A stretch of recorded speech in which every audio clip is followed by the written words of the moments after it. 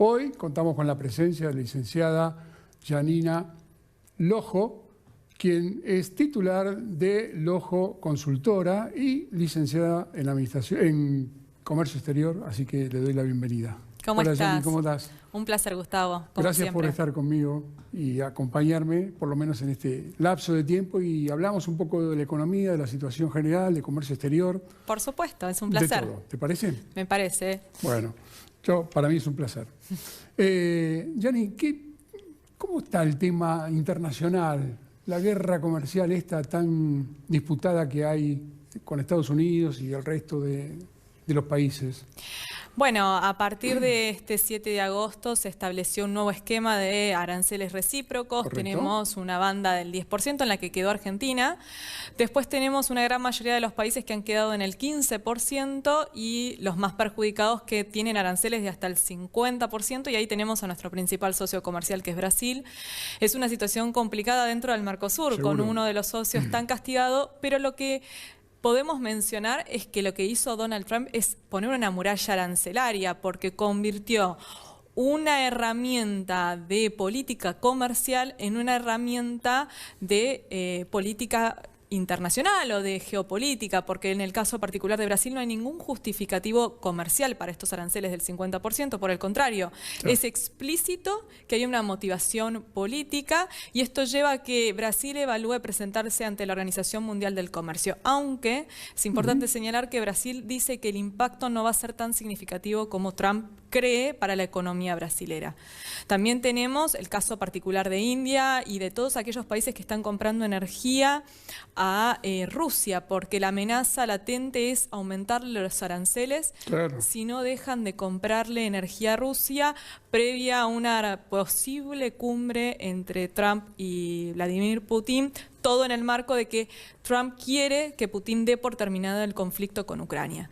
Y a eso le tenemos que sumar que hay países con los que se ha celebrado supuestamente un preacuerdo. El único acuerdo que está firmado y sellado por ahora es el del Reino Unido. Seguro. El resto, lo que es Unión Europea, Japón, son acuerdos que se han avanzado, pero todavía no se han sellado. Esos países han recibido, los países de la Unión Europea han recibido un 15% de arancel debajo del 30% que era lo esperado. Japón también recibió un 15%. Lo que preocupa con la Unión Europea en particular es si va a poder cumplir con las metas que tiene este acuerdo, principalmente vinculadas con lo que es compra e inversiones. Y por otro lado tenemos también la situación de Canadá y de México.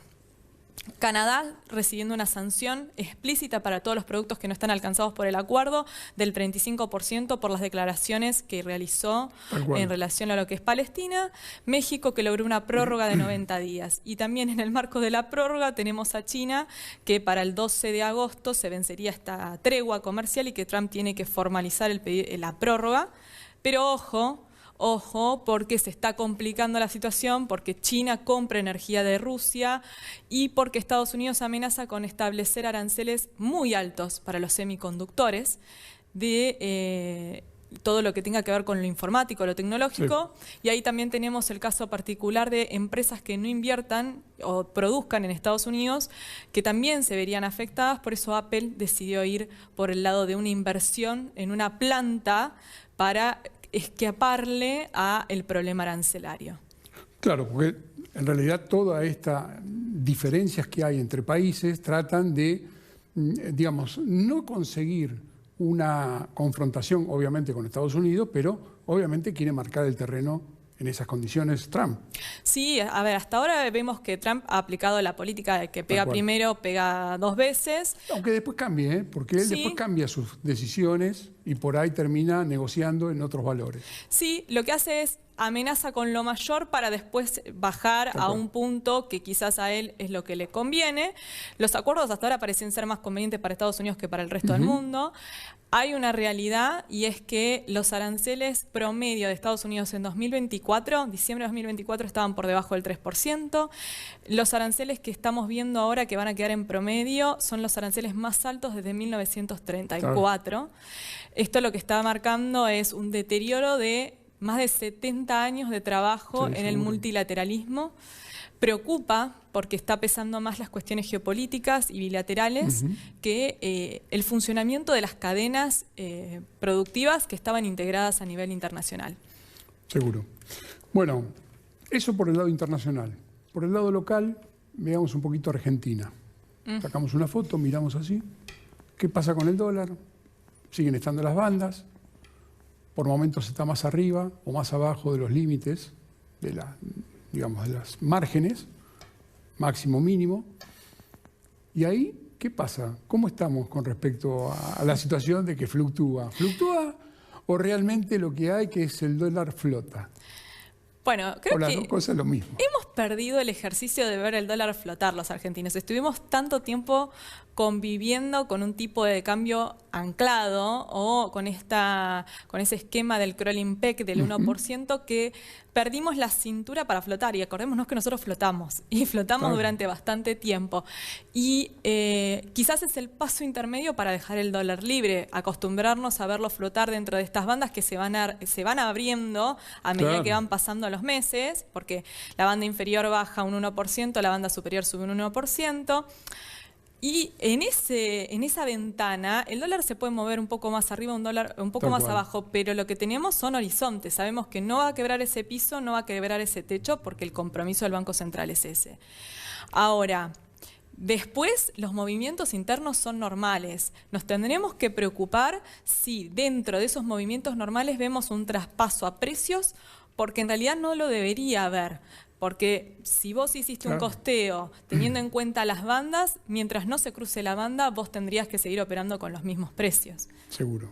Sí, la condición es no tocar la diferencia o que se traslade a precio cuál es la variante que está sucediendo en ese momento. Claro, a ver, por ahora lo que se vio es que en julio no habría habido por lo menos un traspaso a precios. En agosto se espera que quizás haya movimiento. Los primeros días estaba esta lucha, particularmente en lo que es el rubro de alimentos. Hubo una cuestión importante que tiene que ver con una serie de factores que se dieron en julio para cerrar con esta variación de un 14% en un mismo mes, que generó mucha incertidumbre. El tema es, de cara a octubre, vamos a ver este tipo de cambios fluctuar y quizás acercarse más a lo que es la banda superior. Y tiene lógica. Tenemos una elección importante en septiembre, otra elección importante en octubre, y los argentinos, los inversores argentinos, los inversores que están en la República Argentina dolarizan su cartera de cara a un proceso electoral. Seguro. Porque toman posiciones de cobertura. Digamos que la cobertura del dólar siempre lo tuvo el argentino como horizonte en los últimos 50 años, podemos decir. Sí, bueno, yo creo que quizás más, pero... Sí, no me quise avisorar tan lejos, pero realmente es así. Como alternativa, obviamente hay que evaluar esas condiciones como para poder considerar cuál es el límite y cómo está. Sí, y también pensar de que el mundo está muy volátil y que el dólar también está haciendo movimientos. Hay inflación en dólares, eso no hay que olvidarse. El dólar no sabemos cómo puede salir de esta guerra comercial, puede salir fortalecido, puede salir debilitado. Entonces, quizás para lo que es relación al peso, sí, es más seguro, pero lo ideal siempre es diversificar carteras. Seguro. Es el principio de la educación financiera, no poner todos los huevos en la misma canasta. No, tal cual. Bueno, por eso estaba tratar de diversificar como para poder minimizar la volatilidad que exista. Exactamente, no confiar todo. No sé, a ver, hasta ahora siempre nos hemos volcado al dólar como refugio de valor porque el peso no nos daba confianza. Seguro. Y no ha sido una mala estrategia, lo ha demostrado la historia argentina, pero es un contexto muy volátil y tenemos que ser inteligentes financieramente, diversificar lo más que podemos. Quizás no es que no tengas que apostar al dólar o no tengas que apostar al peso, sino buscar todas las herramientas que te da el mercado financiero, que son muchas. Sí, y bastante positivas en variantes que puedes llegar a tener. O sea, no todo es crawling peg ni ninguna alternativa así de inversiones que vea solamente la parte del dólar o la parte de peso. No todo es dólar, no todo tasas, no todo es... hay un montón de herramientas y el mercado financiero cada vez tiene más más posibilidades o nos abre más puertas para, si somos inversores que nos asesoramos, que nos educamos, poder confiar en las herramientas que nos da. Vos hablaste de la educación. Esa variante también es muy importante porque la gente se está capacitando, me parece, en nuevas herramientas, como vos decías, y que realmente es bueno que desde chico uno aprenda lo que es la educación financiera que se necesita. Coincido 100%, creo que el argentino tiene un déficit enorme en educación financiera. Creo que el mercado financiero lo necesita para poder crecer. O sea, hoy tanto los distintos jugadores, sean bancos, sean ALIC, necesitan de que el argentino esté más capacitado y más formado para poder ofrecerle todas estas nuevas herramientas que se presentan, porque la realidad es que, voy a dar este ejemplo que me parece que es adecuado. La Ciudad de Buenos Aires el año pasado había planteado empezar con el tema de la educación financiera porque hubo billeteras virtuales que permitieron que los jóvenes pudieran empezar a invertir siendo supervisados por los adultos, ¿sí? Seguro. El tema es, ¿los adultos están formados en educación financiera? Y ahí nos damos cuenta de la deuda enorme que tenemos como sociedad, de que hay muchísimos argentinos que no han recibido educación financiera. No. Que solo conocen 2 o 3 herramientas que tiene el mercado, que son las clásicas, pero que cuando les nombrás una caución bursátil o un pagaré bursátil, ya no saben bien de qué le estamos hablando, y ni te cuento si les hablamos de criptoactivos, que es donde los jóvenes suelen volcarse con mucho a veces desconocimiento. Tal cual. Bueno, esas son las cosas que le estamos debiendo a la sociedad, es mayor cantidad de conocimiento en lo posible. Tal es así que hoy no te extraña que te aparecen en situación de bancos abiertos a entidades que no son bancarias. O sea, hay un nuevo segmento que realizan operaciones cambiarias, bancarias, de operaciones de préstamo financiero y no son entidades financieras. No, las billeteras virtuales hoy están ofreciendo todo. Están ofreciendo desde comprar moneda extranjera hasta operaciones con activos, préstamos financieros, cobrar, o sea, puedes hacer todo. Inclusive lo que tiene es que mucha gente... A mí esto siempre me llamó la atención. En un momento, creo que fue hacia finales del 2023, principios del 2024, era común escuchar que la gente cobraba su sueldo, lo trasladaba de su caja de ahorros, lo llevaba a la billetera virtual y lo dejaba en la billetera virtual hasta que llegaba el vencimiento de las tarjetas de crédito y lo sacaba para pagar las tarjetas de crédito. Claro. ¿Y qué hacía en ese periodo de tiempo? Hacía tasa. Sí. ¿Por qué? Porque la respuesta que vos recibías de la gente era: si la tengo en la caja de ahorro no gano nada, la billetera virtual, solo por tenerlo en la billetera virtual me está pagando este rendimiento. Bueno, y ahí tenés la explosión de las billeteras, donde tenés alocado un montón de participantes en ese tipo de rubros, que son más de 2 millones de personas exclusivamente en ese segmento.